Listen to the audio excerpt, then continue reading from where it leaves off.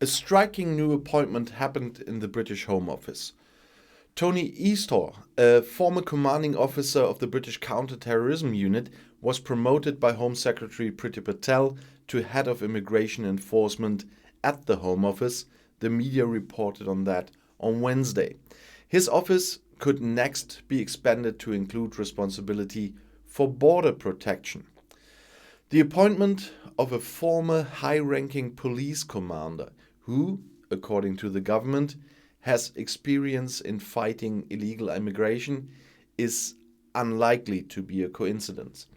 It follows a new record day of illegal Sleeve Channel crossings by refugees. Sleeve Channels is what we call the channel between France and England. Last Saturday, a total of 828 people in 30 small boats managed to reach the English coast from France. 193 people on 10 other boats were intercepted by French units. This year, 12,500 people have already entered the country on this route, a number that already exceeds the total number of the previous year by over 4,000 people. Patel often stresses that she wants to reform the immigration system. To this end, for example, she has presented a new border protection law with which asylum seekers who have not entered the UK legally should receive fewer guarantees and assistance.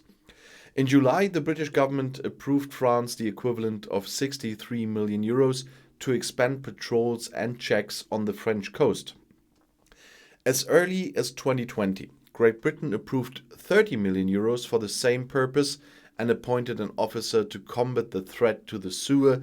This position was also filled by a man who once fought crime and who also came from the British Navy. The sensational landings some refugees landed on the weekend within sight of a beach holidaymakers are a thorn in the side of right-wing populists like Nigel Farage, who want to make political capital out of them and accuse the Conservative government of inaction. Well, but I don't let any right-wing idiots drive me in any direction. Well, on the other hand, Great Britain actually has problems with adequate care.